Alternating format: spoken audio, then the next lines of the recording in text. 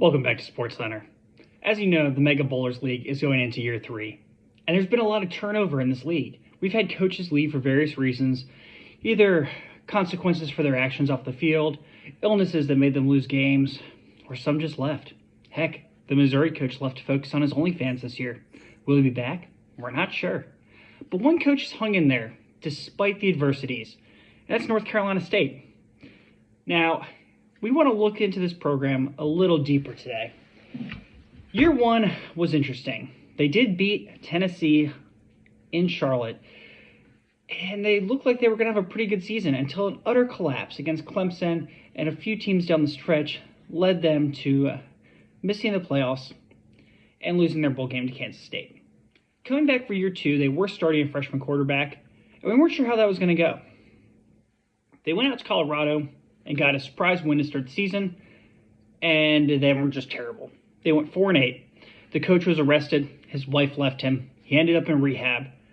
It was messy, and we thought that was it. NC State's going to move on. But they didn't. They stuck with their coach. He hung around, and he had an interesting offseason, bringing some interesting characters around the program, but still here. Now, they did open up 0 week against Michigan State, where make or break game for NC State, and they broke. After tying the game at 14-all, the NC State offense threw multiple picks, just could not get it going down the stretch, and let the Michigan State offense just run down and run up the score.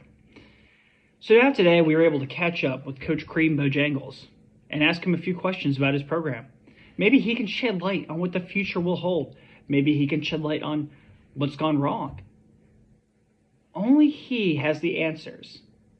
Now, people are calling for his head, including famous celebrities who are willing to pony up the money for his buyout. Arizona State is on a first-year head coach out there, and he is an alumni. Now, will they take a chance on a guy who's failed so hard at Raleigh? I'm not sure. Will he turn it around in Raleigh? Only time will tell. Okay, we do have Cream on the line here, so let's cut over. Cream. Coach Bojangles. How are you doing today, and can you elaborate further on your loss to Michigan State? Hey, thanks for taking the time to let me come on here and talk a little bit. Last year was really rough. When you lose 8 games in a season, it's never pretty. No excuses. We went in head first, a freshman quarterback, learning year for everyone. And we thought we could cover up a lot of holes in our game plan by tucking the ball underneath a lot and trying to get our fast guys open on the outside. And it resulted in a lot of picks, resulted in a lot of stagnant offense, and we weren't really sure what to do. As you know, I had a rough off season, so I did head out on a journey of sorts. I went out to Africa, and I lived with a diamond lord, and we hunted a lot of rhinoceros this summer. In fact, we used all the ivory to build a stripper pole, and then he gave me some herbs that turned the chickens into velociraptors, and then we watched all the ladies dance, and it really unlocked something in me. And I realized, why are we throwing the ball downfield? Everything should run up the gut. And so we tried that against Michigan State. And obviously, Coach figured out what was going on. And he just started spying me as a linebacker and tackling the ball carrier for a loss. And then once that happened, we tried to chuck the ball downfield. And, as you know, we're not very good at that. So, it's a work in progress. I think we're gonna just try to do something totally different on offense.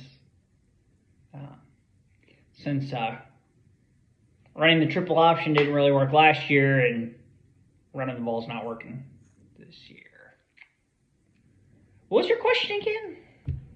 Yeah, your offense just couldn't really get it going there. What do you do after a loss like that? After last season, you lost 8 games. How do you turn this around? How do you see the rest of the season going? And what's your plan, man? How do you turn around after a loss like that? You know, me personally, I like to go on the internet and watch videos of the U.S. government blowing up ISIS terrorists. It really just brightens my mood and makes me find inner peace. There's nothing like seeing a Hellfire missile just strike down a bunch of terrorists. Pachow! That's kind of what I wish my offense could do. You know, shoot down Hellfire missiles on the defense. Kapow! Boom! Touchdown. But yeah, that's never really happened for us. Now, you were quoted in the offseason saying that you were trying to build the next Nick Harbor. Now, I understand that that's a broken part of offense for this game, is getting a receiver with a platinum takeoff badge and a plus 97 acceleration, 97 speed, and then just sending him on go routes. As we've seen with other offenses, you can just plow through teams knocking down touchdowns on the deep ball. None of your receivers fit the bill. So, is that still what you're trying to do? I mean, you haven't really developed into the kind of coach that can develop players that well in the offseason. Your coach build's kind of garbage, man. Yeah, every great leader is trying to create the perfect weapon. And that's just what we're doing as coaches. We are out there to design these young men to become warriors of the gridiron. And, in World War II, they used to give soldiers crystal meth before battles, I think, and really lock their minds in. Turns out I'm not allowed to give my players any sort of performance-enhancing drugs, or any drugs for that matter. It's frowned upon, as I've learned in my court-mandated counseling sessions. So instead, we have to use our coach builds to make our players better. But I have a pretty trash coach build, so that's not working out for me. To answer your question, no, we've completely failed at developing this team. And if you were to rank me on a scale of coaches for player development, I do not belong in a Power 4 school. But my buyout is so high that they have not fired me yet. So, hang in there, Iowa. Yeah. So your team's coming up against UCLA this week.